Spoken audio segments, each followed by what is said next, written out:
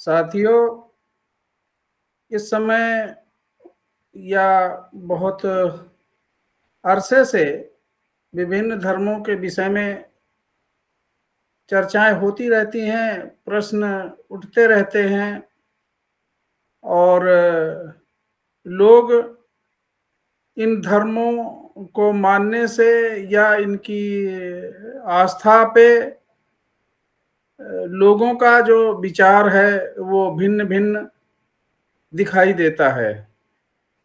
और ये आज का नहीं, ये बहुत समय से आर्य सभ्यता की जो अवशेष मिले हैं सिंधु घाटी, मोहनजोदड़ो, हड़प्पा की खुदाई से, तो उसके बाद से ही यह लोगों में विचार पैदा हो गया कि मनुष्य का अस्तित्व कैसे हुआ।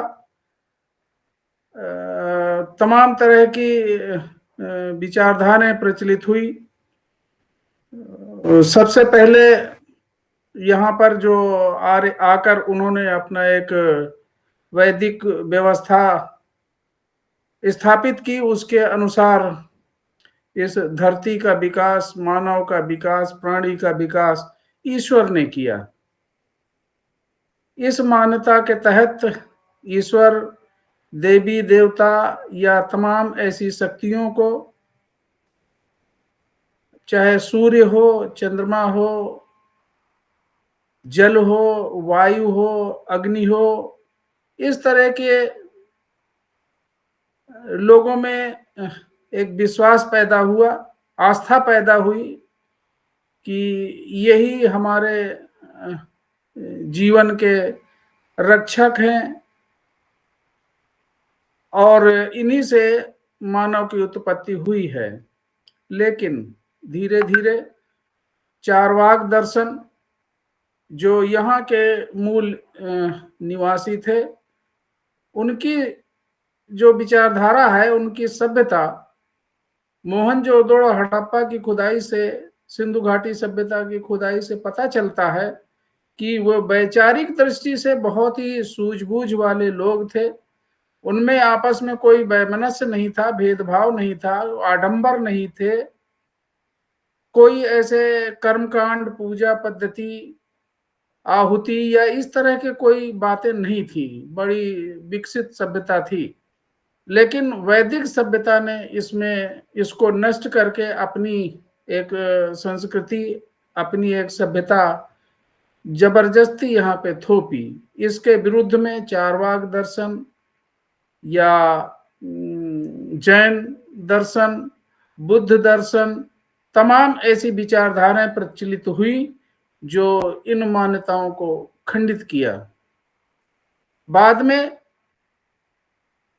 धीरे धीरे मौर्य साम्राज्य के पतन के बाद पुष्यमित्र शुंग द्वारा इस बौद्ध कल्चर को, बौद्ध साहित्य को, जो विश्व में प्रसिद्ध था, जो उस समय दुनिया के तमाम देश इस सभ्यता को और यहाँ शिक्षा ग्रहण करने के लिए, चाहे नालंदा विश्वविद्यालय हो, तक्षशिला हो, इस तरह के बहुत से विश्वविद्यालय थे जो पूरी दुनिया में प्रसिद्ध थे, देश देश से आते थे। बाद में इसे नष्ट करके और एक सभ्यता ला दी गई जिसे इन्होंने सनातन धर्म, एक धर्म बना दिया। जबकि सनातन धर्म का ना तो कोई देवता है, जन्मदाता है,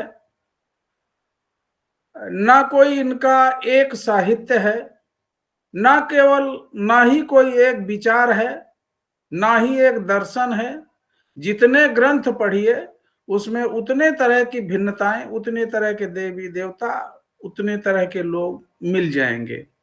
यही नहीं, ये कई ग्रंथ तो इस प्रकार के हैं कि उनमें अश्लीलता की हद है। कहीं ऋषि या मुनि परंपरा में भी यह वर्णन मिलता है कि एक एक ऋषि के 100 पत्नियां होती थी, स्त्रियां होती थी, राजा महाराजा या इन भगवानों का इस तरह से चरित्र इन ग्रंथों में दर्शित है। साथियों, अगर तुलनात्मक दृष्टि से देखा जाए तो ये सनातन धर्म जिसे कहते हैं, यह सनातन धर्म बौद्ध धर्म ही है। इससे पहले चाहे वो चारवाक दर्शन हो, वो बुद्ध की विचारधारा ही से मिलती जुलती है। और बौद्ध दर्शन कोई एक धर्म नहीं है, कोई एक पंथ नहीं है, कोई एक संप्रदाय नहीं है, जबकि जिसे लोग सनातन धर्म बोल रहे हैं वो संप्रदाय एक संप्रदाय नहीं, हजारों संप्रदाय, हजारों देवी देवता, 33 करोड़ देवी देवता मिल जाएंगे। तो बुद्ध धर्म और सनातन धर्म में अगर देखा जाए तो बुद्ध धर्म पहले का है।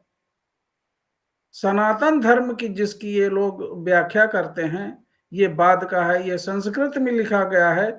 बुद्ध धर्म के जो पाली में है, वो पाली में संस्कृत का कहीं उल्लेख नहीं मिलता, और संस्कृत ग्रंथों में संस्कृत जो भी है उसमें पाली भाषा का उल्लेख मिलता है। इसलिए ये कहना कि सनातन धर्म बहुत पुराना है, बुद्ध धर्म से से भी पहले का है, ये बिल्कुल गलत है। बुद्ध धर्म में एक जो ईश्वर है या आत्मा है, परमात्मा है, इसको नकारा गया है, जबकि ये तथाकथित सनातन धर्म, ब्राह्मण धर्म, हिंदू धर्म, मनुवादी ये ग्रंथ जो है, ये इल्हाम धर्म, अर्थात चाहे वो ईसाई धर्म हो, मुस्लिम धर्म हो या हिंदू धर्म हो, ये इल्हाम धर्म माने जाते हैं। इल्हाम का अर्थ है अवतरण, भगवान का अवतरण हुआ है, या भगवान का एक संदेश। जो ये धर्म है, जैसा कि ये लोग कहते हैं कि वेद जो है वो भगवान का कहे हुए शब्द हैं, कुरान भगवान अल्लाह का कहे हुए, अल्लाह का भेजे हुए दूत के माध्यम से कहा गया है। इसी तरह से ईसाई धर्म में तो इल्हाम का अर्थ है भगवान का संदेश या पैगाम। मगर बुद्ध धर्म में इल्हाम धर्म नहीं है, बुद्ध एक आविष्कार है, खोज है, डिस्कवरी है। क्योंकि ये मानवीय जीवन, बुद्ध धर्म मानवीय जीवन और उसके गंभीर अध्ययन का परिणाम है। बुद्ध ने ईश्वर को बिल्कुल नकारा है। बुद्ध के अनुसार ब्रह्म की वास्तविकता का कोई प्रमाण नहीं मिला। तो बुद्ध को यह शंका थी कि जिसके विषय में कोई जानता ही नहीं, वो वास्तविक कैसे हो सकता है। तो बुद्ध ने आत्मा की जगह अनात्मवाद का सिद्धांत प्रतिपादित किया। जितने भी और धर्म हैं जो सनातन धर्म कहे जाते हैं, उसमें आत्मा और परमात्मा मुख्य रूप से उनके अध्ययन का विषय है। मनुष्य को उसमें कोई स्थान नहीं है। तो संसार अनात्मवाद का सिद्धांत बुद्ध ने कहा कि संसार का हर प्राणी कुछ भौतिक तत्वों और कुछ मानसिक तत्वों का सम्मिश्रण है। ये वैज्ञानिक प्रमाण है, ये वैज्ञानिक, ये खोज है। ये खोज के आधार पर बुद्ध ने सिद्ध किया भौतिक तत्व और मानसिक तत्व, जिन्हें बुद्ध ने स्कंध कहा। तो स्कंध दो तरह के हैं, रूप स्कंध और नाम स्कंध। रूप स्कंध अर्थात इसमें 4 नैतिक तत्व, भौतिक तत्व हैं, पृथ्वी, जल, वायु और अग्नि। और नाम स्कंद जो है चित्त या चेतना, मन, चित्त या चेतना या मन, ये 5 तत्व मुख्य रूप से प्राणी या जगत का निर्माण करते हैं। इसका विकास हुआ है, निर्माण नहीं विकास हुआ है। तो ये प्रकृति का भी नियम है, ये प्राकृतिक नियम है। सभी और जो धर्म है बुद्ध के अलावा, या जो सनातन धर्म में मुक्तिदाता, जो देवी देवता ईश्वर, उसे मुक्तिदाता मोक्ष की कल्पना की गई है, मुक्तिदाता होने का दावा किया है। किंतु बुद्ध मुक्तिदाता नहीं, वो मार्गदाता हैं। उन्होंने कहा कि मैंने जैसा किया, मैंने जैसा अपने जीवन में प्रयोग किया, जो मुझे मिला वो हर कोई प्राप्त कर सकता है। उन्होंने मार्ग बताया, किस तरह से हो सकता है इसका उन्होंने मार्ग बताया। तो अन्य धर्मों में जो मुक्ति का अर्थ है वो एक पैगंबर या एक जो पंडा पुजारी या उसकी मध्यस्थता से ही स्वर्ग में जा सकते हैं, मुक्ति पा सकते हैं। किंतु बुद्ध धर्म में निर्वाण के द्वारा मुक्ति मिल सकती है। निर्वाण अर्थात राग द्वेष मोह से मुक्ति। निर्वाण और परिनिर्वाण, निर्वाण में निर्दोष जीवन का दूसरा नाम निर्वाण है।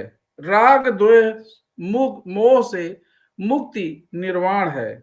और परिनिर्वाण सभी प्रकार की प्रक्रिया का बंद हो जाना या चेतना शून्य हो जाना, ये निर्वाण कहलाता है। तो इस प्रकार से बुद्ध धर्म एक वैज्ञानिक, एक खोज, जहां ईश्वर या आत्मा का कोई अस्तित्व नहीं है, एक प्राकृतिक नियमों का एक संग्रह है। यह धर्म नहीं, धम्म इसे बोलते हैं। एक मार्ग है दुखों से मुक्ति का। अन्य जो सनातन धर्म, उनमें आडंबर, अंधविश्वास,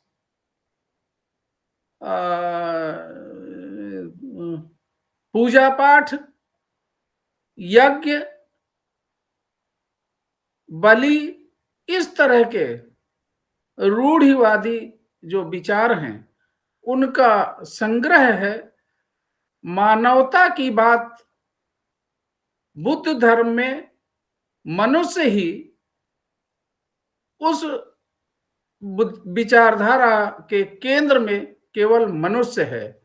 मनुष्य के मुक्ति की, मनुष्य के कल्याण की, मनुष्य के सुख की, दुखों के अंत की बात प्राणी जगत की है, लेकिन मनुष्य उसका केंद्र में है।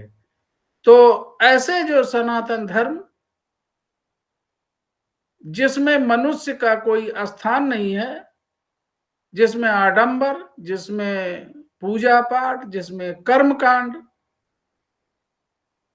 जो मनुष्य को उसके मार्ग, विकास के मार्ग के बाधक हैं, वो सनातन धर्म है। बुद्ध धर्म में इस जो मनुष्य के विकास के रास्ते हैं, वैज्ञानिक तरीके से, तार्किक आधार पर, प्राकृतिक नियम के अनुसार, ये इस तरह की जो मुख्य बातें हैं वो सनातन धर्म और बुद्ध धर्म में यह फर्क है। जो सूझबूझ वाले लोग हैं, जो विज्ञान, प्रकृति, तर्क, विकास, इन सब पे विश्वास करते हैं, वे निश्चित है एक वैज्ञानिक तथ्य को, बुद्ध धर्म को स्वीकार करते हैं। और दुनिया के तमाम देशों में बुद्ध धर्म ही प्रचलित है, जो विकास की ऊंचाइयां प्राप्त कर चुके हैं, वो बुद्ध धर्म को ही अपना आधार मानते हैं, वहां पर ये सनातन धर्म कहीं इनका कोई नाम लेवा भी नहीं मिलेगा। तो ये मुख्य रूप से फर्क है। नमस्कार, जय भीम, नमो